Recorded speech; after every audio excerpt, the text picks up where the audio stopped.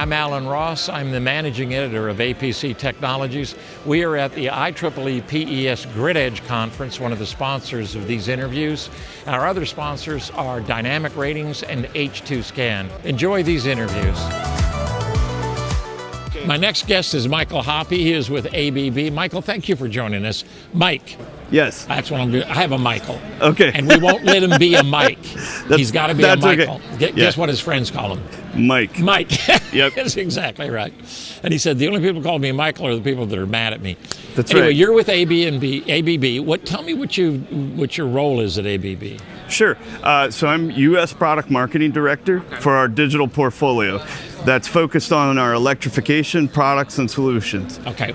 We're going to get into that after we talk about something else. Great. I've asked everybody to define grid edge. Okay. I've got 9 different answers so far. Give me number 10. Number 10, sure. What is the grid edge? The grid edge really, to me, and our focus with our electrification portfolio is really looking at where the grid meets our consumers. So that could be the commercial building, it could be a residential building, and the proximity of that commercial or residence to the grid. And I think what is happening now is with all of the huge changes coming, the need for electrification, either driven through government policy or simply things happening like EV growth, EV charging growth, and the need for energy. Those things are driving a difference in how we approach that edge or what it means. So it might be technology in terms of digital hardware, equipment, switchgear is an example. It could be the software that's driving and making that change. And then new technologies, employing the cloud as an example, predictive analytics, artificial intelligence, and really looking at that as a way to automate our grid. So the grid edge to me is really where we bring that traditional grid to our consumers, whether it's residential or commercial. So I'm going to throw a monkey wrench because when you put in DER, wind and solar, and storage, they're now the grid edge. Yeah. But they're not consumers. They are delivering. Well, maybe battery storage is consumer and supplier. It's a much more complicated grid edge. I think it's like the wild, wild west, right? Yeah, I would agree. And I think you're absolutely right. Those are some of the changes that, say, 10 years ago, we weren't maybe predicting. We were seeing growth, but now that's step change. And I think in terms of the microgrid itself, that's absolutely a part of it. Our job then is to figure out how do we distribute the energy from those new renewable sources?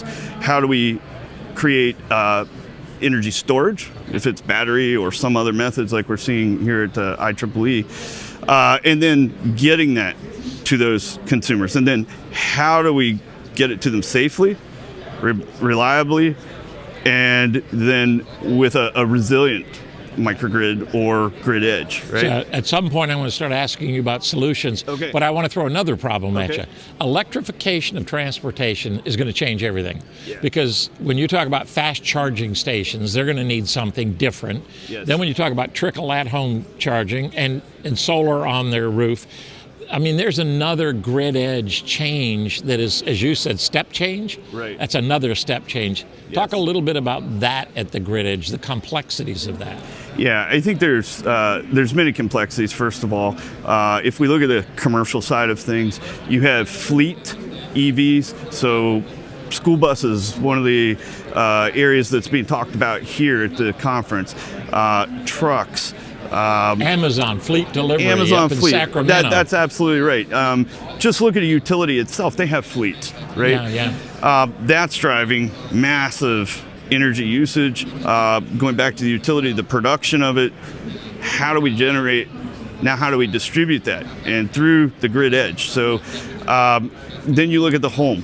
And I think that's where the lines of grid edge are being blurred because now that home piece of it, whether it's multifamily or private, separated, detached homes, you're looking at new technologies, smart panels, load centers, and the reason is because we have to manage that energy distribution effectively.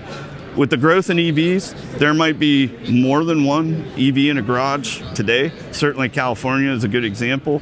But as we see that across the country, not every home or house has, a standard electrical panel that can handle that, or the voltage necessary, the standard service necessary for it. So we're going to see a lot of changes there. That's going to drive labor in how you install it, and then effectively, how do you manage it? And then certainly we got a plan for that. So all of that is the Wild West. That's right. When ABB looks at it, when you all look at the future, you look at challenges, because otherwise you don't have a company if you don't have solutions, That's right? Talk a little bit about, we mentioned it as you've gone along, but overall, step back, look at the challenges that the new grid edge, as you've just defined it, is going to create. Yeah, I think some of the challenges are complexity in new technologies. How do we simplify that for facilities operators? Maybe it's the utility, or perhaps it's an industrial manufacturing facility that is requiring a microgrid, as an example. Typically that's been for backup power. Now we're seeing a new need, which is sustainable power. And part of that is with the challenges in climate change, natural disasters that could create blackouts or brownouts. How do we maintain a sustainable, reliable energy flow? You look at microgrids as a potential. And then what do you put into that microgrid? Is it, as you mentioned, the various renewables, solar, wind, and then storing that energy for use when it's most needed for that, in that example, a manufacturing plant, right? All of that requires systems, control systems, protection. If we can automate that, so where our company comes in is through distribution automation, protection and control. We're looking at new technologies, for example, centralized or even better, virtualized substation protection and control. So you take a typical relay, multiply that, you could put dozens of virtual relays in a server. And now you use a software-based substation protection and control. Very reliable. Cybersecurity, of course, is another challenge. We need to think about safety and security. I think labor absolutely is a critical need. It's posing a challenge today. As you have knowledge that may have previously existed around an aging infrastructure, that knowledge is still required, but then you have a need for new skills. You have a need for people, and certainly a workforce that not only can manage the number of incidents or prevent incidents in your infrastructure, but also has skills and ability to do that. And I think with that, the new technologies we're talking about, some of the new controls or systems, that requires different training. That's something we have to consider. But then also maintaining a workforce. In other words, keeping the labor on the team, if you will, and thinking about the culture that we've instilled with those people, whether it's at the manufacturer or a utility or other parts of the industry. And I think that's going to be a vital part of maintaining the infrastructure as we both have to grow to enable this massive energy growth and demand that's coming our way, but then also maintain it. So if there's a fault or something, we're going to make sure that it can be fixed appropriately. And I think that's an interesting question, because as we look at our systems, things like asset management, predictive analytics to manage the electrical gear, or perhaps the distribution automation that's occurring, that's a place where we're building those tools to enable the technician or the facilities operator rather than displace them. That's not the case. We understand there's a shortage of skilled people. How do you enable them to be more effective at their jobs with tools that are safe? Maybe that's installation and commissioning using a new technology like a mobile app and augmented reality. These are all things that are being explored and or used today. But I do think that certainly people are the most important part of that aspect, and we have to focus on what we can do to enable them rather than displace them, especially given labor shortages. Legacy knowledge leaving, that's a problem. You mentioned that. New knowledge coming in, new technology needing to do that. You know, all of these things, if you look at it, it looks like a huge problem. If you look at it another way, you say, what an opportunity, what a time to be alive. Yeah. It has never been as exciting to be in the utility industry as it is now. Right. Most double E's come in and go, I don't want to be in utility. That's the old dirty thing, right? Right. Not so anymore. Right. And we're changing the world. So the next generation likes to think they're doing something that matters. Exactly. You want to do something that matters as a double E, don't go into electronics. That's old now. Right. Come into our space. Come into the new grid as we're building it. And that's true globally. ABB is a global company. Obviously, you're seeing things from a different perspective than maybe a North American or a European or a APAC. Talk a little bit about your specific role, because you're North America, right? That's correct, the U.S. specifically. U.S. specifically. Yes. But you must interface with people around the world. Is anybody ahead of us? Or are we just like catching? What have we learned from other people? Right. I think it's more of differences in different regions of the world.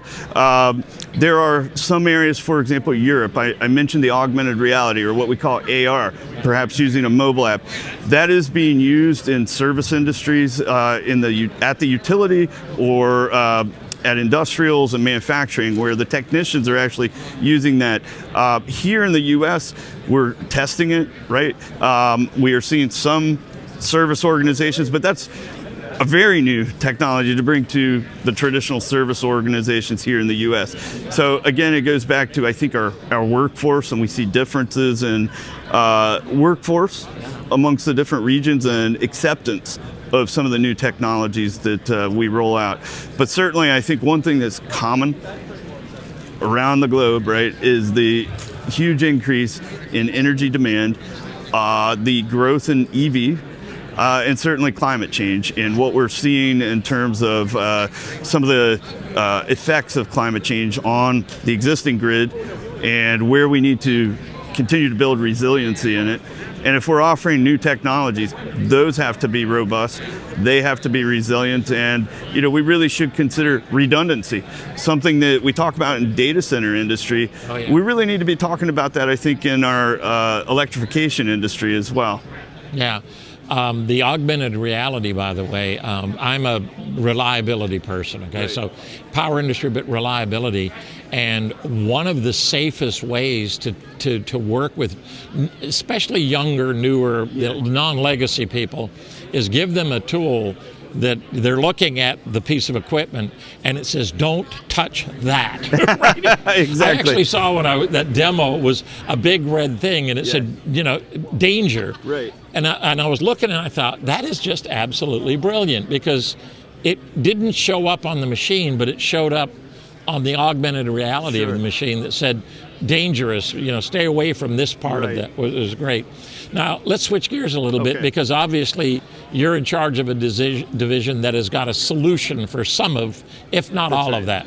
So talk about, give me the primer on what it is that ABB in your division brings to the marketplace. Absolutely. So we do a lot of work in the distribution of the energy through our electrical equipment. That could be switchgear, could be protection relays, and then most recently, centralized or virtualized substation control.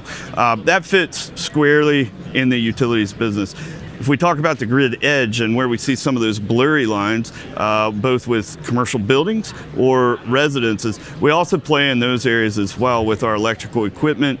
So breaker panels, certainly circuit breakers, and low voltage building entrance switches, and then we do EV charging as well. So we do have an e-mobility division focused squarely on fleet charging, high capacity chargers and fast chargers. So we play in those areas, and then last but not least, it's offering solutions in terms of controls and protection. So the software systems that we use to integrate all of that equipment. Hardware, software, grid edge, substation. I mean, you're covering a lot here. But one of the things you said that really fascinates me, the virtual part of it.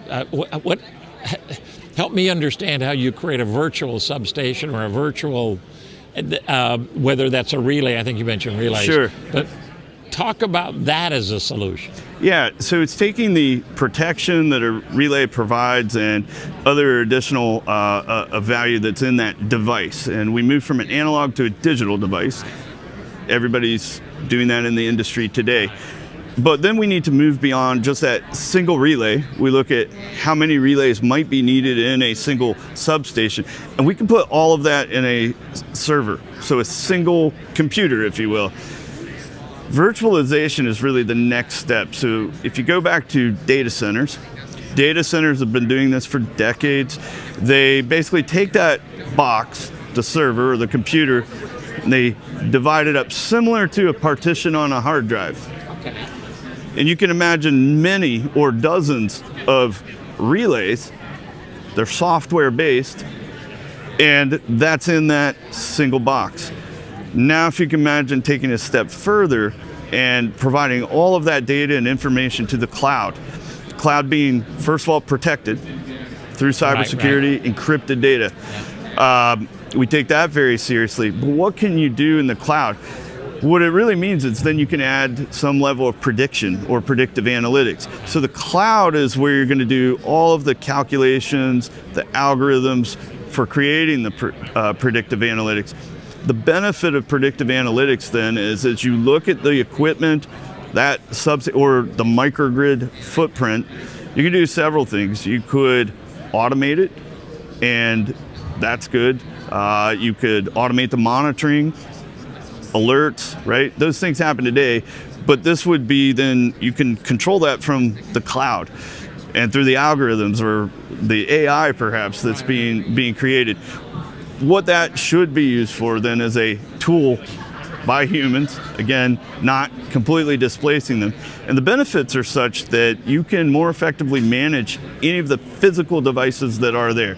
So in other words, if one of those devices might fail, you're going to have an idea of when that failure is going to occur, what the failure is going to be, and then what to do to fix it. And the benefits of not having to do a truck roll, so diverting your workforce to be more efficient. There's a capital cost to that. How many trucks do you have? The operating costs around oil, fuel, all of that, right? You can bring those costs down as well as the cost of overall maintenance on the equipment and do it when it's needed, even beyond just a typical scheduled maintenance. So is it taking data that shows the condition of assets and what's happening to those assets, whether it's load, right, whether it's anything else, and using predictive analytics to say, look, you're going to have a problem here, and that's where you need to address your truck rolls or your maintenance or whatever you do. Yeah, that's your division. That's what you guys do. That's what we do. That's brilliant. We do that. It's part of what we do. Certainly, we use predictive analytics today in some of our solutions, and we're looking at that for the future of the grid edge, really. Hardware, software, correct, prediction, virtuality, augment. You said all the buzzwords. I mean, they're all the exciting. They're all the exciting. And this is why I get excited. And it is what we need, because there is not going to be a simple solution at the grid edge. And I really appreciate the fact that you're looking at a lot of different applications. You know, whether that's EV charging fleet, whatever it is. There's a lot of different applications, because the same tool that you look at when you look at a substation is basically the same type of technology tool. Okay.